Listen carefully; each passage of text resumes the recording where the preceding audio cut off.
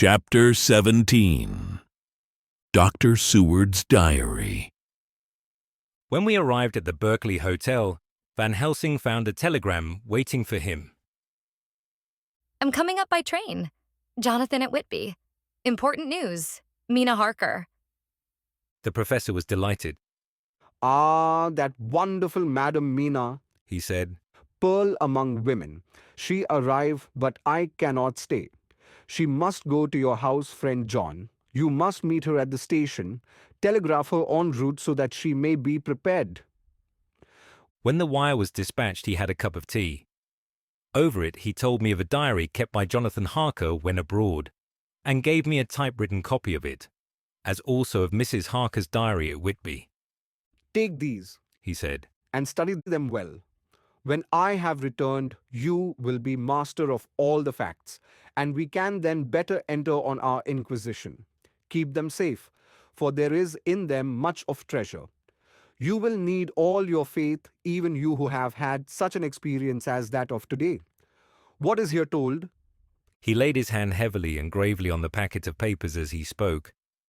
May be the beginning of the end to you and me and many another, or it may sound the knell of the undead who walk the earth. Read all, I pray you, with the open mind, and if you can add in any way to the story here told, do so, for it is all important. You have kept a diary of all these so strange things, is it not so? Yes, then we shall go through all these together when we meet. He then made ready for his departure and shortly drove off to Liverpool Street. I took my way to Paddington, where I arrived about 15 minutes before the train came in. The crowd melted away after the bustling fashion common to arrival platforms, and I was beginning to feel uneasy, lest I might miss my guest, when a sweet-faced, dainty-looking girl stepped up to me, and after a quick glance said, Dr. Seward, is it not? "And you are Mrs. Harker," I answered at once, whereupon she held out her hand. I knew you from the description of poor dear Lucy, but She stopped suddenly, and a quick blush overspread her face. The blush that rose to my own cheek somehow set us both at ease, for it was a tacit answer to her own. I got her luggage, which included a typewriter, and we took the Underground to Fenchurch Street, after I had sent a wire to my housekeeper to have a sitting room and a bedroom prepared at once for Mrs. Harker. In due time we arrived. She knew, of course, that the place was a lunatic asylum, but I could see that she was unable to repress a shudder when we entered. She told me that, if she might, she would come presently to my study, as she had much to say. So here I am finishing my entry in my phonograph diary, whilst I await her. As yet, I have not had the chance of looking at the papers which Van Helsing left with me, though they lie open before me. I must get her interested in something, so that I may have an opportunity of reading them. She does not know how precious time is, or what a task we have in hand. I must be careful not to frighten her. Here she is. Mina Harker's Journal. 29th of September. After I had tidied myself, I went down to Dr. Seward's study. At the door, I paused a moment, for I thought I heard him talking with someone. As, however, he had pressed me to be quick, I knocked at the door, and on his calling out, Come in. I entered. To my intense surprise, there was no one with him. He was quite alone, and on the table opposite him was what I knew at once from the description to be a phonograph. I had never seen one and was much interested. I hope I did not keep you waiting, I said, but I stayed at the door as I heard you talking and thought there was someone with you. Oh, He replied with a smile. I was only entering my diary. Your diary? I asked him in surprise. Yes, He answered. I keep it in this. As he spoke, he laid his hand on the phonograph. I felt quite excited over it and blurted out, Why, this beats even shorthand. May I hear it say something? Certainly. He replied with alacrity and stood up to put it in train for speaking. Then he paused and a troubled look overspread his face. The fact is, He began awkwardly. I only keep my diary in it And as it is almost entirely about my cases, it may be awkward. That is, He stopped, and I tried to help him out of his embarrassment. You helped to attend dear Lucy at the end. Let me hear how she died. For all that I know of her, I shall be very grateful. She was very, very dear to me. To my surprise, he answered with a horror-struck look in his face. tell you of her death, not for the wide world. Why not? I asked, for some grave, terrible feeling was coming over me. Again he paused, and I could see that he was trying to invent an excuse. At length he stammered out, You see, I do not know how to pick out any particular part of the diary. Even while he was speaking, an idea dawned upon him, and he said with unconscious simplicity, in a different voice, and with the naivete of a child, That's quite true, upon my honor. Honest Indian. I could not but smile, at which he grimaced. I gave myself away that time. He said, But do you know that, although I have kept the diary for months past, it never once struck me how I was going to find any particular part of it in case I wanted to look it up? By this time, my mind was made up that the diary of a doctor who attended Lucy might have something to add to the sum of our knowledge of that terrible being. And I said boldly, Then, Dr. Seward, you had better let me copy it out for you on my typewriter. He grew to a positively deathly pallor as he said, No, for all the world. I wouldn't let you know that terrible story. Then it was terrible. My intuition was right. For a moment, I thought, and as my eyes ranged the room, unconsciously looking for something or some opportunity to aid me, they lit on a great batch of typewriting on the table. His eyes caught the look in mine, and without his thinking, followed their direction. As they saw the parcel, he realized my meaning. You do not know me, I said. When you have read those papers, my own diary and my husband's also, which I have typed, you will know me better. I have not faltered in giving every thought of my own heart in this cause. But of course, you do not know me yet, and I must not expect you to trust me so far. He is certainly a man of noble nature. Poor dear Lucy was right about him. He stood up and opened a large drawer in which were arranged in order a number of hollow cylinders of metal covered with dark wax, and said, You are quite right. I did not trust you because I did not know you. But I know you now, and let me say that I should have known you long ago. I know that Lucy told you of me. She told me of you too. May I make the only atonement in my power? Take the cylinders and hear them. The first half dozen of them are personal to me, and they will not horrify you. Then you will know me better. Dinner will by then be ready. In the meantime, I shall read over some of these documents and shall be better able to understand certain things. He carried the phonograph himself up to my sitting room and adjusted it for me. Now I shall learn something pleasant, I am sure. For it will tell me the other side of a true love episode of which I know one side already. D.R. Seward's Diary. 29th of September. I was so absorbed in that wonderful diary of Jonathan Harker and that other of his wife that I let the time run on without thinking. Mrs. Harker was not down when the maid came to announce dinner, so I said, She is possibly tired. Let dinner wait an hour, and I went on with my work. I had just finished Mrs. Harker's diary when she came in. She looked sweetly pretty, but very sad, and her eyes were flushed with crying. This somehow moved me much. Of late I have had cause for tears, God knows, but the relief of them was denied me. And now the sight of those sweet eyes, brightened by recent tears, went straight to my heart. So I said, as gently as I could, I greatly fear I have distressed you. Oh no, not distressed me, She replied. but I have been more touched than I can say by your grief. That is a wonderful machine, but it is cruelly true. It told me in its very tones the anguish of your heart. It was like a soul crying out to Almighty God. No one must hear them spoken ever again. See, I have tried to be useful. I have copied out the words on my typewriter, and none other need now hear your heartbeat as I did.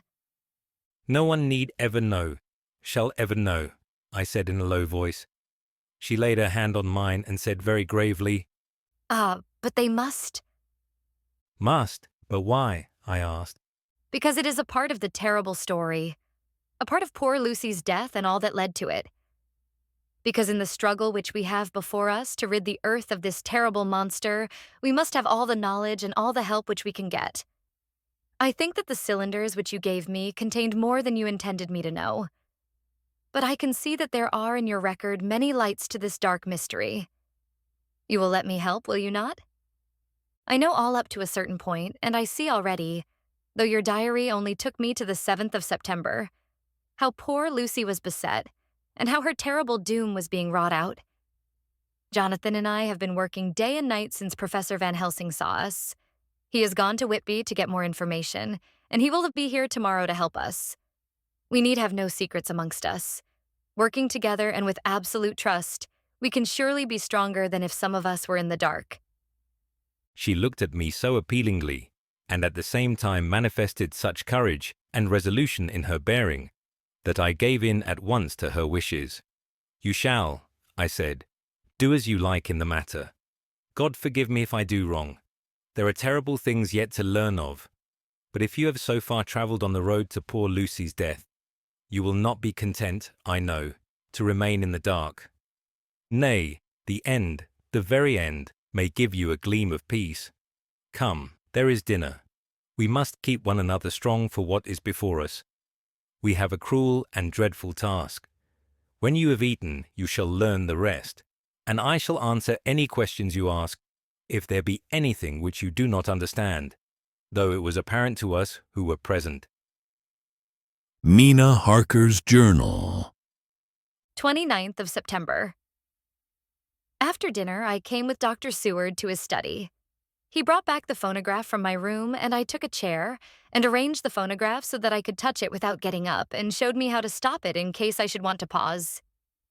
Then he very thoughtfully took a chair with his back to me, so that I might be as free as possible, and began to read. I put the forked metal to my ears and listened. When the terrible story of Lucy's death and all that followed was done, I lay back in my chair powerless. Fortunately, I am not of a fainting disposition. When Dr. Seward saw me, he jumped up with a horrified exclamation and hurriedly taking a case bottle from the cupboard, gave me some brandy, which in a few minutes somewhat restored me. My brain was all in a whirl, and only that there came through all the multitude of horrors, the holy ray of light that my dear Lucy was at last at peace.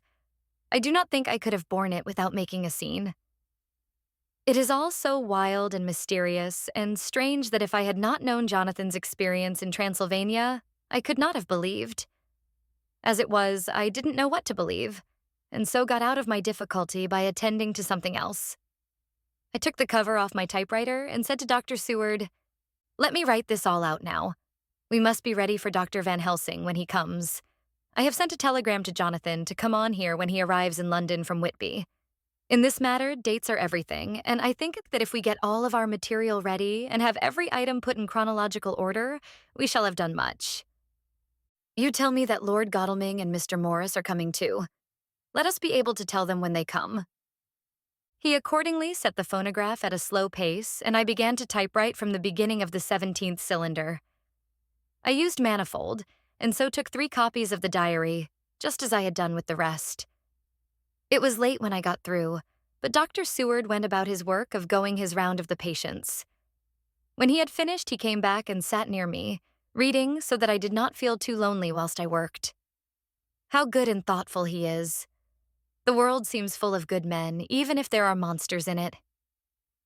Before I left him, I remembered what Jonathan put in his diary of the professor's perturbation at reading something in an evening paper at the station at Exeter. So, seeing that Dr. Seward keeps his newspapers, I borrowed the files of the Westminster Gazette and the Pall Mall Gazette and took them to my room. I remember how much the Daily Graph and the Whitby Gazette, of which I had made cuttings, had helped us to understand the terrible events at Whitby when Count Dracula landed. So I shall look through the evening papers since then, and perhaps I shall get some new light. I am not sleepy, and the work will help to keep me quiet. Dr. Seward's Diary. 30th of September. Mr. Harker arrived at 9 o'clock. He got his wife's wire just before starting. He is uncommonly clever, if one can judge from his face, and full of energy. If this journal be true, and judging by one's own wonderful experiences, it must be. He is also a man of great nerve. That going down to the vault a second time was a remarkable piece of daring.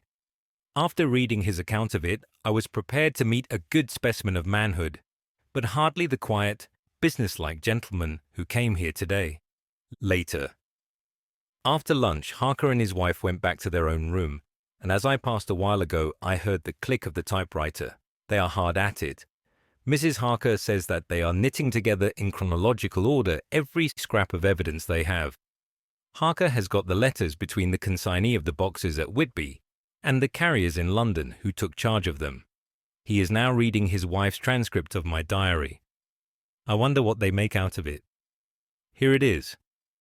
Strange that it never struck me that the very next house might be the Count's hiding place. Goodness knows that we had enough clues from the conduct of the patient Renfield. The bundle of letters relating to the purchase of the house were with the transcript. Oh, if we had only had them earlier, we might have saved poor Lucy. Stop. That way madness lies. Harker has gone back and is again collecting material. He says that by dinner time they will be able to show a whole connected narrative.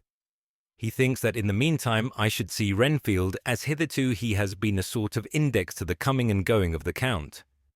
I hardly see this yet, but when I get at the dates I suppose I shall.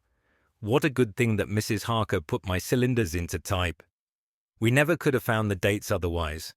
I found Renfield sitting placidly in his room with his hands folded, smiling benignly. At the moment he seemed as sane as anyone I ever saw. I sat down and talked with him on a lot of subjects, all of which he treated naturally.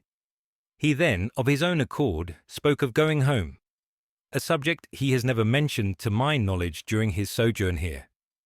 In fact, he spoke quite confidently of getting his discharge at once. I believe that, had I not had the chat with Harker and read the letters and the dates of his outbursts, I should have been prepared to sign for him after a brief time of observation. As it is, I am darkly suspicious. All those outbreaks were in some way linked with the proximity of the Count. What then does this absolute content mean? Can it be that his instinct is satisfied as to the vampire's ultimate triumph? Stay, he is himself Zophagus, and in his wild ravings outside the chapel door of the deserted house, he always spoke of Master. This all seems confirmation of our idea. However, after a while, I came away. My friend is just a little too sane at present to make it safe to probe him too deep with questions. He might begin to think, and then. So I came away. I mistrust these quiet moods of his, so I have given the attendant a hint to look closely after him, and to have a strait waistcoat ready in case of need. Jonathan Harker's Journal. 29th of September in train to London. When I received Mr. Billington's courteous message that he would give me any information in his power, I thought it best to go down to Whitby and make, on the spot, such inquiries as I wanted. It was now my object to trace that horrid cargo of the Count's to its place in London. Later we may be able to deal with it.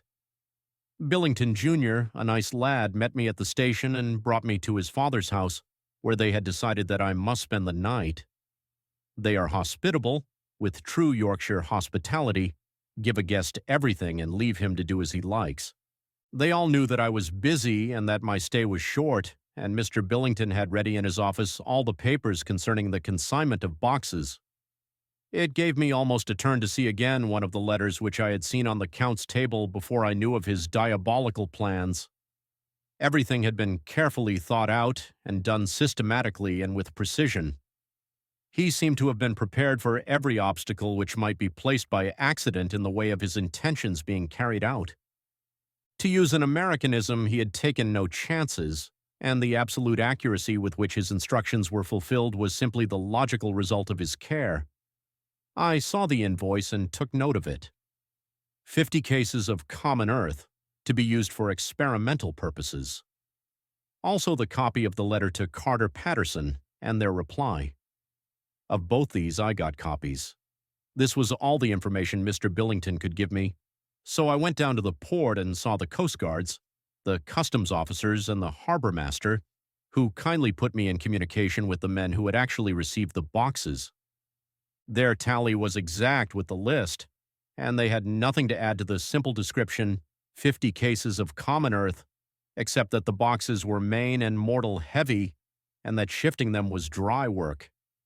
One of them added that it was hard lines, that there wasn't any gentleman such like as like yourself, squire, to show some sort of appreciation of their efforts in a liquid form. Another put in a rider that the thirst then generated was such that even the time which had elapsed had not completely allayed it.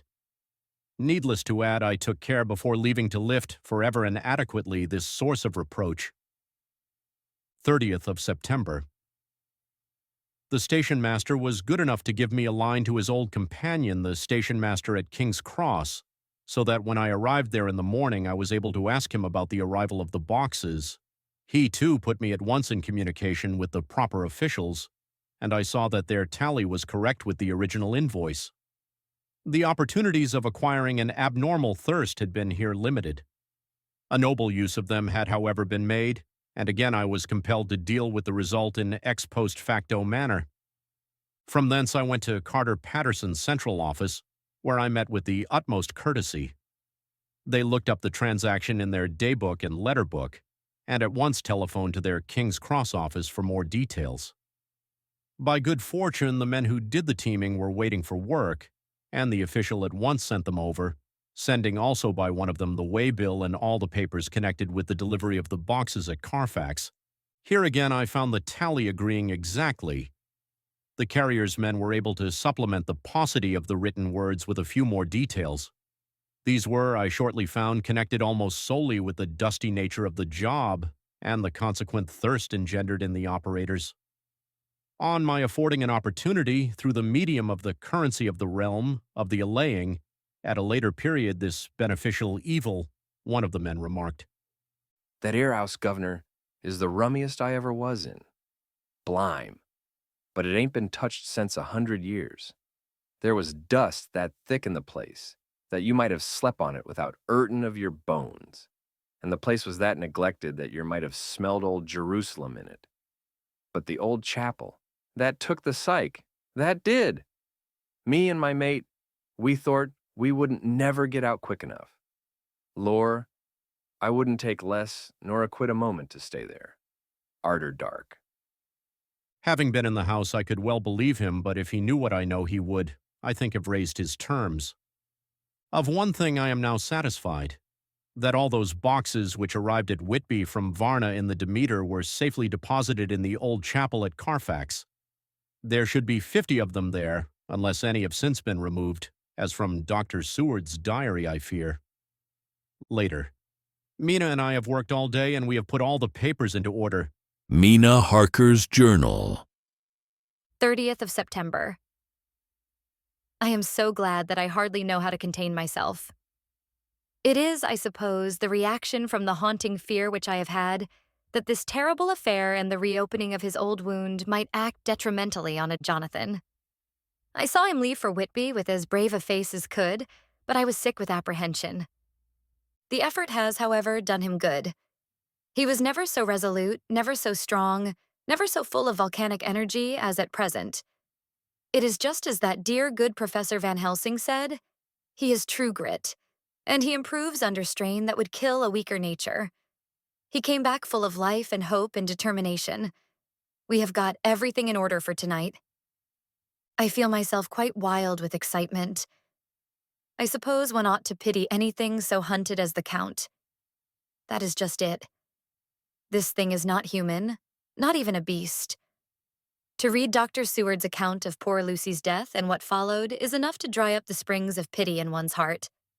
Later. Lord Godalming and Mr. Morris arrived earlier than we expected. Dr. Seward was out on business and had taken Jonathan with him, so I had to see them.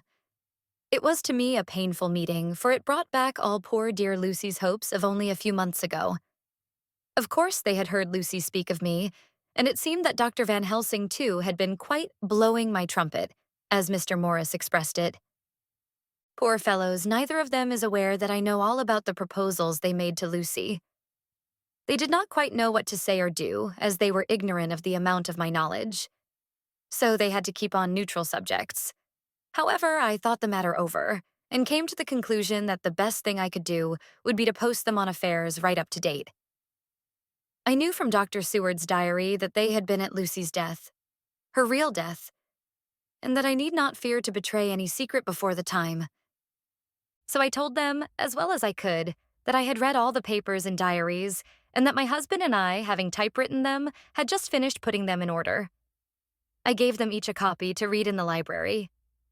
When Lord Godalming got his and turned it over, it does make a pretty good pile. He said, "Did you write all this, Mrs. Harker?" I nodded, and he went on. "I don't quite see the drift of it, but you people are all so good and kind, and have been working so earnestly and so energetically, that all I can do is to accept your ideas blindfold and try to help you. I have had one lesson already in accepting facts that should make a man humble to the last hour of his life. Besides, I know you loved my Lucy." Here he turned away and covered his face with his hands. I could hear the tears in his voice. Mr. Morris, with instinctive delicacy, just laid a hand for a moment on his shoulder, and then walked quietly out of the room. I suppose there is something in a woman's nature that makes a man free to break down before her and express his feelings on the tender or emotional side without feeling it derogatory to his manhood. For when Lord Godalming found himself alone with me, he sat down on the sofa and gave way utterly and openly. I sat down beside him and took his hand. I hope he didn't think it forward of me, and that if he ever thinks of it afterwards, he never will have such a thought. There I wrong him. I know he never will. He is too true a gentleman. I said to him, for I could see that his heart was breaking, I love dear Lucy, and I know what she was to you, and what you were to her. She and I were like sisters, and now she is gone. Will you not let me be like a sister to you in your trouble? I know what sorrows you have had, though I cannot measure the depth of them. If sympathy and pity can help in your affliction, won't you let me be of some little service for Lucy's sake?" In an instant, the poor dear fellow was overwhelmed with grief. It seemed to me that all that he had of late been suffering in silence found a vent at once. He grew quite hysterical, and raising his open hands, beat his palms together in a perfect agony of grief. He stood up and then sat down again, and the tears rained down his cheeks. I felt an infinite pity for him, and opened my arms unthinkingly. With a sob, he laid his head on my shoulder and cried like a wearied child, whilst he shook with emotion. We women have something of the mother in us that makes us rise above smaller matters when the mother spirit is invoked. I felt this big sorrowing man's head resting on me, as though it were that of a baby that someday may lie on my bosom, and I stroked his hair as though he were my own child. I never thought at the time how strange it all was. After a little bit, his sobs ceased, and he raised himself with an apology, though he made no disguise of his emotion. He told me that for days and nights past, weary days and sleepless nights, he had been unable to speak with anyone, as a man must speak in his time of sorrow. There was no woman whose sympathy could be given to him, or with whom, owing to the terrible circumstance with which his sorrow was surrounded, he could speak freely. "I know now how I suffered," he said as he dried his eyes. "but I do not know even yet, and none other can ever know, how much your sweet sympathy has been to me today. I shall know better in time, and believe me that, though I am not ungrateful now, my gratitude will grow with my understanding. You will let me be like a brother, will you not, for all our lives, for dear Lucy's sake?" "For dear Lucy's sake," I said as we clasped hands. "Aye, and for your own sake," he added.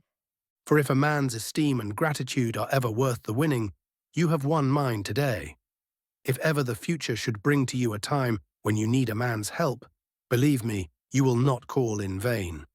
God grant that no such time may ever come to you to break the sunshine of your life, but if it should ever come, promise me that you will let me know." He was so earnest, and his sorrow was so fresh that I felt it would comfort him. So I said, I promise. As I came along the corridor, I saw Mr. Morris looking out of a window. He turned as he heard my footsteps. How is Art? He said. Then, noticing my red eyes, he went on, Ah, I see you have been comforting him. Poor old fellow, he needs it. No one but a woman can help a man when he is in trouble of the heart, and he had no one to comfort him. He bore his own troubles so bravely that my heart bled for him. I saw the manuscript in his hand, and I knew that when he read it, he would realize how much I knew. So I said to him, I wish I could comfort all who suffer from the heart. Will you let me be your friend, and will you come to me for comfort if you need it? You will know later why I speak. He saw that I was in earnest, and stooping, took my hand and raising it to his lips, kissed it. It seemed but poor comfort to so brave and unselfish a soul, and impulsively I bent over and kissed him. The tears rose in his eyes, and there was a momentary choking in his throat. He said quite calmly, Little girl, you will never forget that true-hearted kindness, so long as ever you live. Then he went into the study to his friend. Little girl. The very words he had used to Lucy, and, oh, but he proved himself a friend.